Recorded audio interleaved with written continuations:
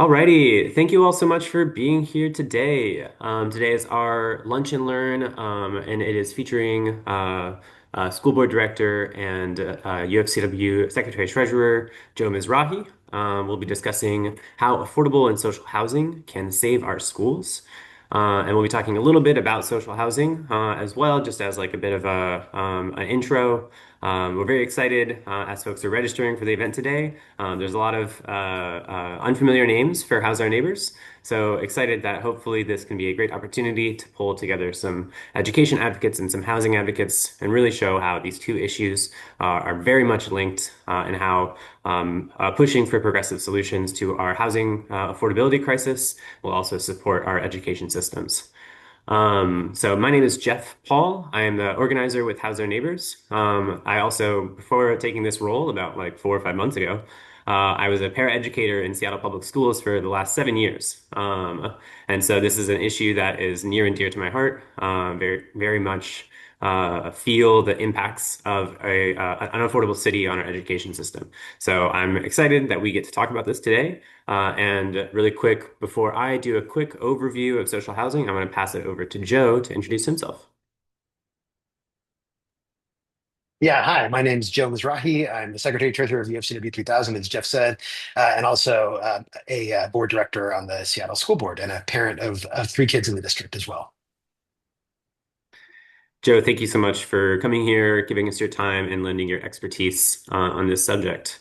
Just to ground us really quick in this conversation, for anyone who's unfamiliar, I'm going to take us through just a couple of slides about social housing, but I promise we'll get to the meat of this discussion before too long at all. But wanted to make sure as we talk about affordable and social housing, folks are kind of familiar with social housing and what we're talking about if it's somewhat of a new concept.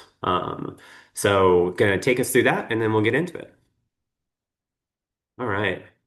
How's Our Neighbors as an advocacy group pushing for social housing, and we're here to talk about why we need it.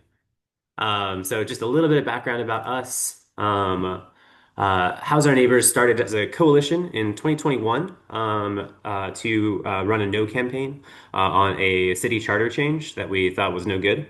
And we were successful. And then we came together to run two voters' initiatives to establish and fund Seattle's social housing developer. It was very exciting. We passed Initiative 135 in 2023, and we just passed Proposition 1A with the support of many folks here in February of 2025. And we are the only organization in Washington that's focused expressly on supporting social housing.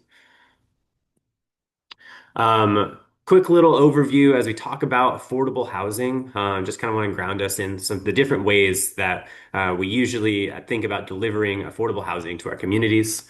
So they kind of fall into three main buckets. You've got public housing, which is, like HUD housing. So the Seattle Housing Authority, the King County Housing Authority. This is housing that is typically reserved for 30% area median income. So like the, very poorest in our city and below, with some mixed income, but not a ton. Public housing has largely been defunded in the United States in the 70s and 80s and hasn't really built back up since then. And the supply is capped because of this stupid thing called the Faircloth Amendment, which you should Google if you want to learn more about it. It's pretty infuriating. What most people are probably more familiar with is nonprofit affordable housing. This is what we see a lot of investments in here in Seattle, and as we should. It's something we absolutely should continue to invest in. The primary source of affordable housing, it is mostly federally funded through like tax credits and different other programs. Sometimes serve up to 80% AMI, though most of their housing is going to be for that lower income bracket as well. A lot of the tax credits that are used for developing this kind of affordable housing, they're limited in scope. So a company that wants to produce this kinds of affordable housing, they might get a tax credit called the low income housing tax credit for it. Those tax credits often expire and affordability expires after a set amount of time. So something might be affordable through the low income housing tax credit for like 20 years. But then they lose that affordability mandate and they can just turn the apartments that they've created using that into market rate housing. So that is one challenge with those. And then the last is going to be private affordable housing. This is when we build affordable housing into private development. It's like when we offer incentives and subsidies to private developers to offer some affordable units in their apartments. This is pretty limited, and I think I won't go into it too much, but it doesn't meet the scale of our need in this issue. So these are kind of the three biggest tools that we have at our disposal. And House Our Neighbors kind of saw a need for additional tools, which is why we moved to push for social housing.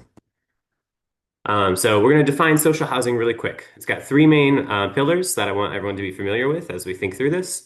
And then I'll pass it on over to Joe to really get us started.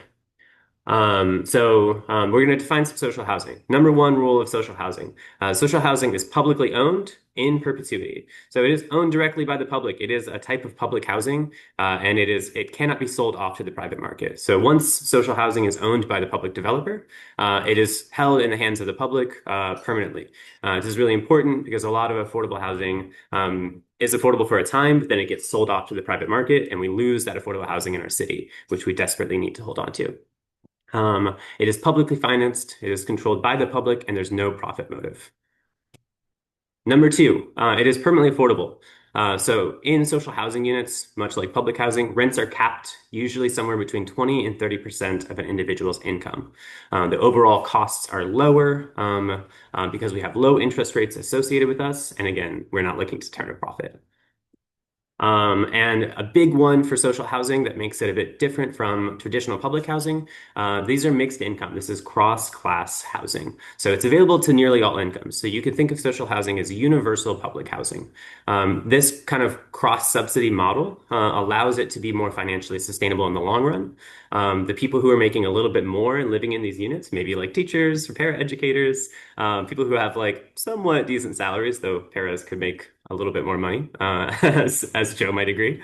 Those folks who have like a little bit more money can help to subsidize the rents of the folks who have less, the people who are in that lower income part of the spectrum. That allows social housing to be a bit more stable of a housing type and allows us to scale and build out more quickly. And it also allows for upward mobility. That upward mobility is really key. A lot of other affordable housing types, they are kind of like they have what's called like a benefits cliff.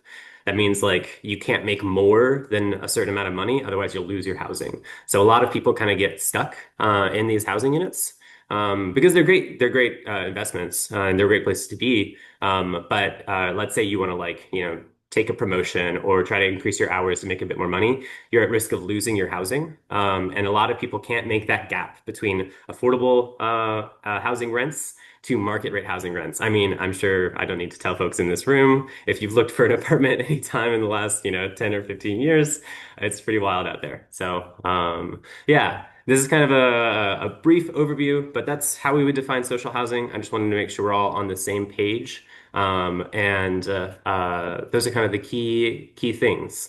Really quick, if folks here are not already plugged in with How's Our Neighbors, just want to let you know you can stay in the loop. There's a little QR code that you can scan, sign up for our email lists. You can follow us on socials. But that is the end of my shameless plug for social housing. And I want to give the rest of our time to Joe Mizrahi. Joe, thank you so much for being here today.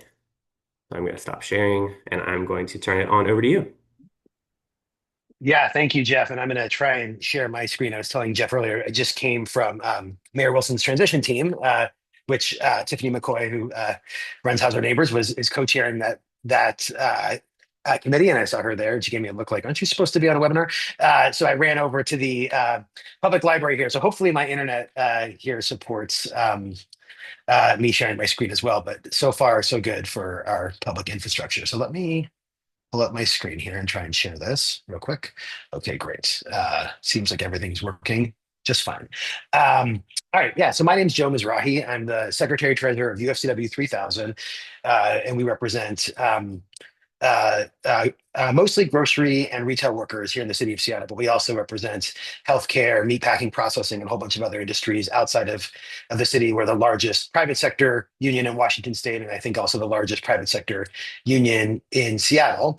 And in addition to that work, I also am a school board director on the Seattle School Board. I filled in I got appointed a year and a half ago to an open seat and then ran for election during this last election and thankfully won. So now I have 4 more years on the Seattle School Board.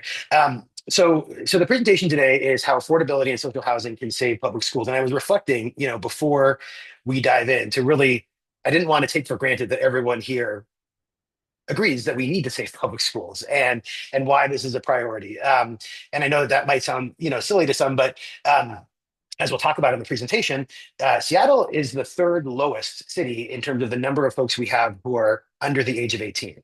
I think a lot of people have heard the stat before that we have more dogs in our city than kids. So I don't want to take for granted that everyone really deeply cares about whether or not Seattle schools are funded or not.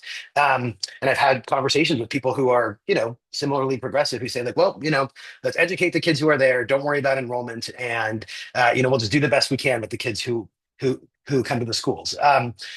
What I would say that even if people who don't care about schools or even kids necessarily, that if you do believe in having a city that is fair and equitable and has opportunity, you need to care about funding in public schools. Because I would say from my work at UFCW, what I've seen with some of the lowest wage workers in our city, that when schools are well funded and running well, we have a system that that actually is the most fair and most equitable pathway out of poverty for many families.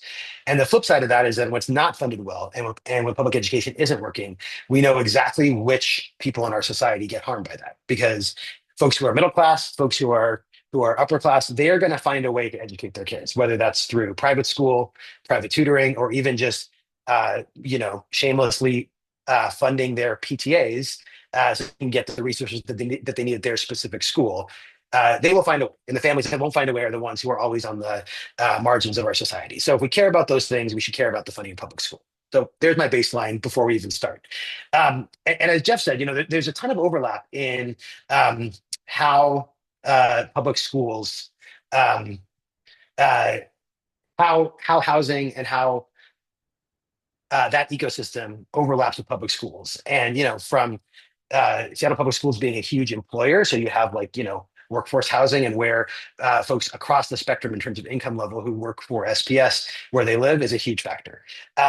Also, many people don't know this, but the largest owner of public land in the city of Seattle is Seattle Public Schools. And a lot of that land is actually not school land. So there's lots of opportunities there as well. But what I want to focus on in particular today is how funding works and how affordable housing impacts, and in this case, negatively impacts school funding. So the first piece of that is a baseline of how our public schools get funded and making sure we're all on the same page about that.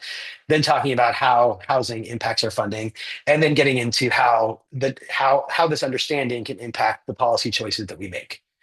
And hopefully, after I go through all that, we have time for questions too. And I really appreciate everyone who took the time to be here or who's watching online, and hopefully we can get to some dialogue too today. Okay, so that's the agenda. So let's talk about funding. So where Seattle Schools gets its funding. So about 60, and this is all sort of like broad math, but about 66% of that funding is state funding. And then 26% of that comes in the form of levies. So there's city or county levies. And then there's about 6% that is federal funding and 2% that is county, city, or grant. This is sort of the other bucket. So you can see the Hey, vast Joe. majority of our funding. Yes? This is are you clicking through on your slides? I'm still seeing the title page on my screen. Oh, But I know okay. you've got these numbers on your slides. Oh, I see. My sharing is paused. Okay. Hold Oh, on. There we go.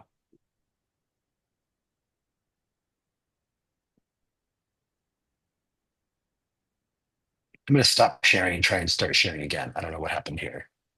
Thank you for calling that out. yeah, no problem. I was like, you've got such great graphics.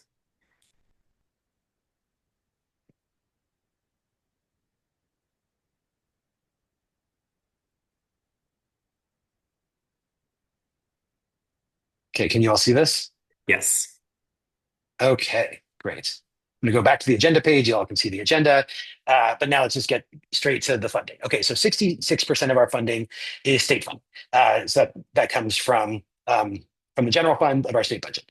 26% is through levies. Uh, and those levies are often earmarked for very certain things. So those levies don't go to fund teachers. They don't go to fund your librarian. They go to fund either capital projects or very specific operational projects. So that doesn't help the general fund of Seattle Public Schools. And then 6% is federal funding, and then 2% is sort of this other bucket, city county funding. The two things that are most important for our purposes today are the is the federal funding and the state funding. So that's about 72% of our total budget. And the reason why those two are important is that those two pieces are what is funded on a per student basis. So the funding that we get from the state, which is the bulk of our funding, and this amount from the federal government are based on the number of students who are enrolled and actually show up to our school buildings. So as you can imagine, then the takeaway from that is that when our enrollment goes down, so does our funding. And that's true for every district across the state. And like I said, these are also the two buckets that are the most used for specific programs. When you look at state funding, that's the thing that goes to fund teachers, paraeducators, and the federal funding is for very specific programs like free and reduced lunch, or like the additional money that goes to title schools, schools that are in lower income areas. Okay, so why this model is broken? So two big factors. One, we have not enough. Oh, this should say not enough money. Not enough money per student. So we have less money coming in than we have since 2010. So even though there's more dollar amounts we need just for inflation, we actually have less money coming in per student from the state than we have since 2010. So there's a whole other conversation. We could do a whole other slide deck around how we need to be fighting for progressive revenue and making sure that our schools are adequately funding and our special education program, transportations are adequately funding. But the other problem with this model is that if you have fewer students, your costs don't necessarily go down proportionally with having fewer students. So when you have fewer students, you also lose funding. So those are the two problems. And we're going to focus once again in this presentation. Like I said, I could talk for hours about how progressive revenue is needed to increase that per student funding, but for purposes of this, we're going to talk about that fewer students problem. Okay, so let's talk about enrollment decline. So our enrollment is down, and let's talk about the numbers behind that. So we receive, when you look at all that funding I was talking um, about $13,000 per student. So um, if you say 10 students, that's $130,000, which, if you think about it, that means between like maybe 6 and 10 students are funding one educator in the classroom. So about $13,000 per student that we get with that combination of state and federal funding. We've had a 9% drop in enrollment over the last 7 years. And a 19%, and this is really the more alarming number, drop in birth to kindergarten enrollment. So students that are born in Seattle, and then actually like the conversion of those students to kindergartners when they turn 5 years old is 20% drop just over the last 10 years. And these two numbers could account, you have to do a little back in the envelope math here, but for about $60 million of our budget deficit. So for those of you that don't watch every board meeting, we have about $100 million deficit that we are perpetually dealing with every year. So you're talking about 60% of our budget deficit could be managed just by figuring out this enrollment decline. And that's not even touching this question of do we get enough per student from the state, which I don't think we do, but just through this enrollment problem alone, that's 60% of our um, of, of that budget deficit we have. So, okay, like one could say, well, okay, there's just fewer students in Seattle. Is that a problem that we can solve? Well, all of this, of course, is the backdrop of a 15.4% population growth in Seattle over that same period of time. So it's not like we are a shrinking city. Obviously, you're going to expect enrollment decline in cities that are getting smaller, but we are actually a growing city. We are just not growing in enrolled students into our school system. So where do all the kids go? Where are all of our students? Okay, so there's two possibilities here, both of which are like somewhat true. There's a possibility that students are opting out of the district, that students are saying, you know what, we don't think that SPS is providing a high quality education. We're out of here. And then the other possibility is that those students at some point between birth and when they would enter kindergarten are leaving Seattle. And of course, the reality is that the answer is that it's a combination of those two things. But when you look at the opt-outs, it's actually a very small part of the problem. It's the part of the problem that gets a lot of attention when you're running for office, or even when people are talking to school board members. They want to talk a lot about why people choose or don't choose uh, Seattle Public Schools. And I think it's a worthy topic of attention because it's one of the things that we can most easily control as school board members, and making our system more responsive and a school system that people want to choose is a good thing to do anyway. So I think figuring out the opt-out situation matters a lot. But in the recent study that we did, uh, the firm that we engaged found that that's probably about 15 to 20% of the total problem. That this other 80% is really people who are leaving Seattle and not enrolling their kids in the first place. So we have to, and one bit of evidence around that too is that if the major part of the problem were opt-outs, you would assume that you'd see a connected increase of students in homeschool or in private school. But in fact, private school enrollment in Seattle is also down because even private schools in Seattle are dealing with the same problem the public schools are, is that there are just fewer kids in Seattle than there once were. Okay, so now let's go to part two. So what's causing this? And I would argue that we have lots of good data that the cause of this enrollment decline is unaffordable housing. So before we even get into it, there's some percent of this that's happening in every major urban area, which is lower birth rates. It's just people are having fewer kids, which I would also comes down to affordability because people are making choices for their family based on what they think they can afford. Um, but in a society where people are having fewer kids, you're obviously going to see enrollment decline. But if you remember that slide a few slides ago, there's a 19% decline in actual kids who are born in Seattle who are then enrolling when they turn 5 years old. So even if you account for lower birth rates, you still have this problem that the kids who are born here are leaving at some point before they would enroll in public schools. So this gets to this slide and what's going on here. So the number of children or of households with children has declined by 16%. And in our study, we found that 70% of those households aren't just leaving Seattle, they're leaving the state entirely. And only 15% are moving elsewhere in King County, and there's about 15% that are moving other places in Washington state.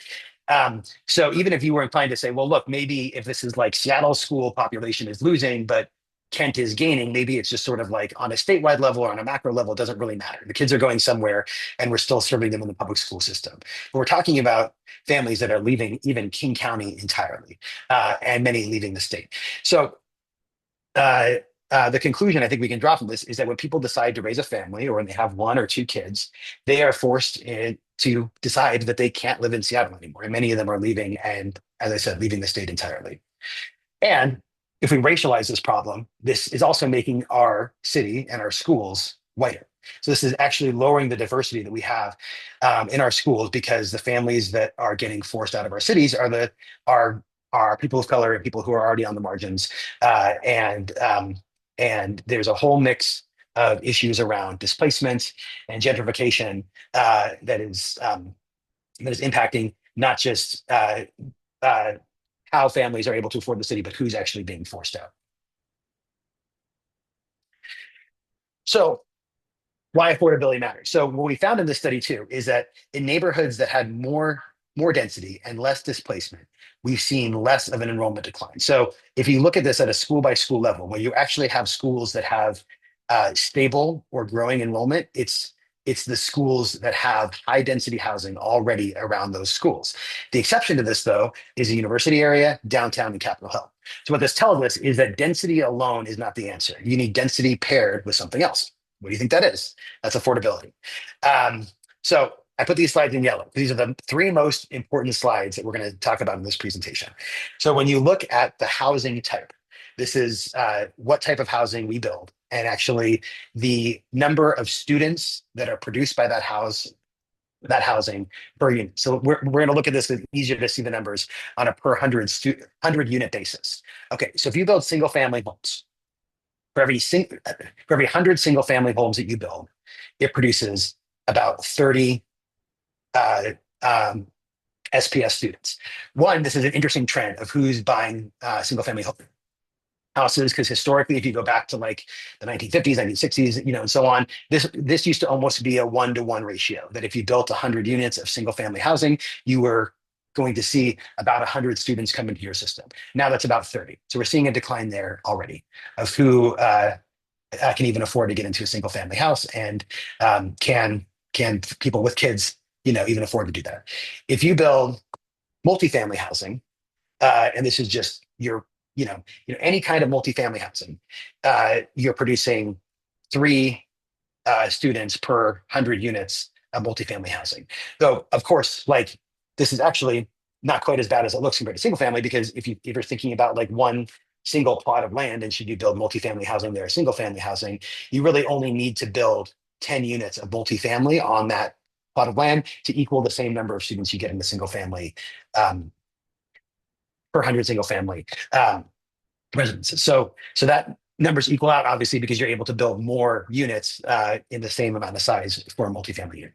And then if you talk about market rate family size um, multi-family units, here you're talking now about um, nine uh, students per 100 units. So this is building not just any family size, or not just any multifamily unit, but a multifamily unit that is 2 bedroom plus, and getting those units built where actually families can afford to live, but also have the space to live.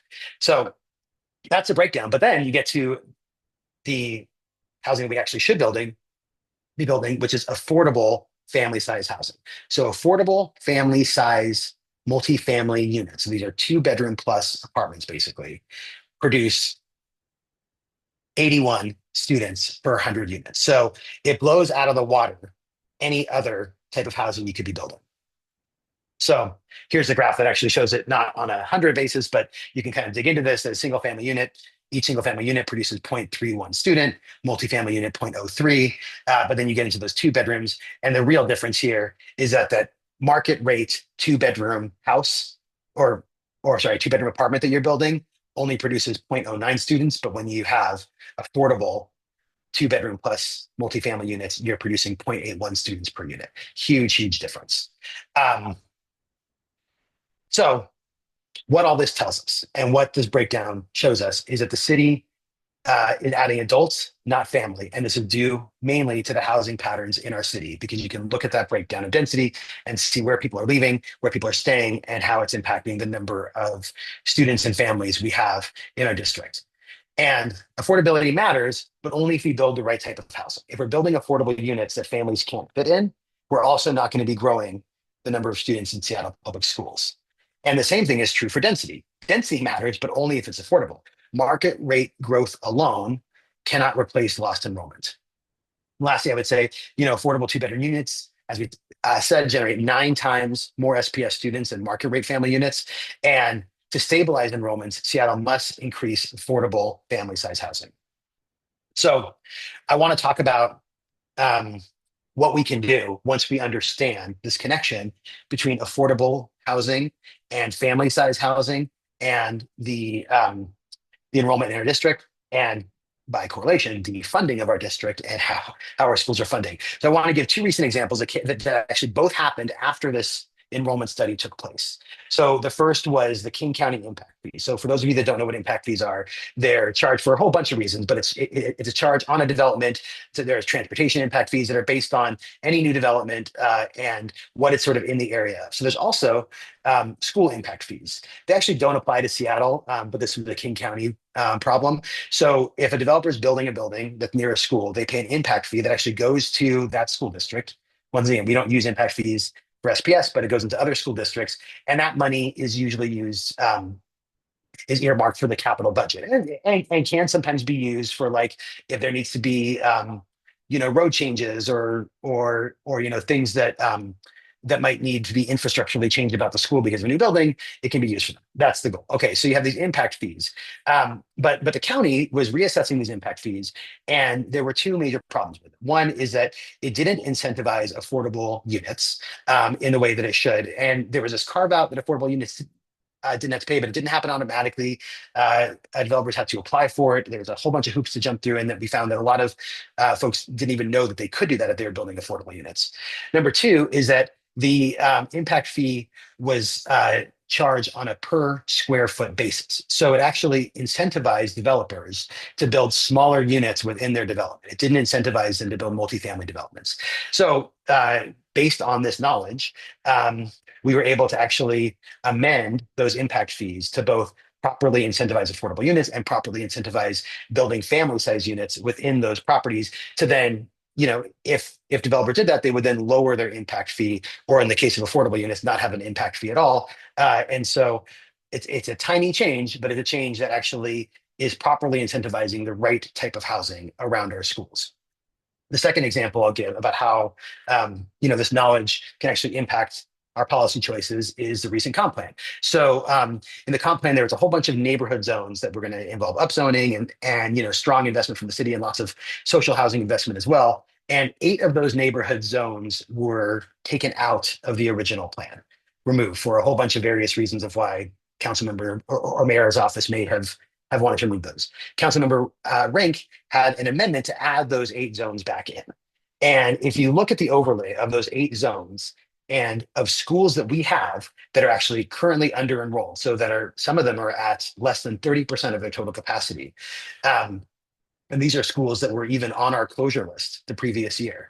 So it should be, from a school board perspective, from a student perspective, from a having funded schools perspective, a no-brainer to actually have these neighborhood zones built up around these schools. And for the first time ever, we were actually able to take an action as a Seattle school board, talking about an issue that was sort of outside of like what you would think of as traditional school board issues, and actually addressing the city council. So we sent a letter as a school board, or a school board directors, actually 7 of us, we all did it, but it was in our capacities as individuals technically, but we sent a letter to the city council requesting that those zones be added back in.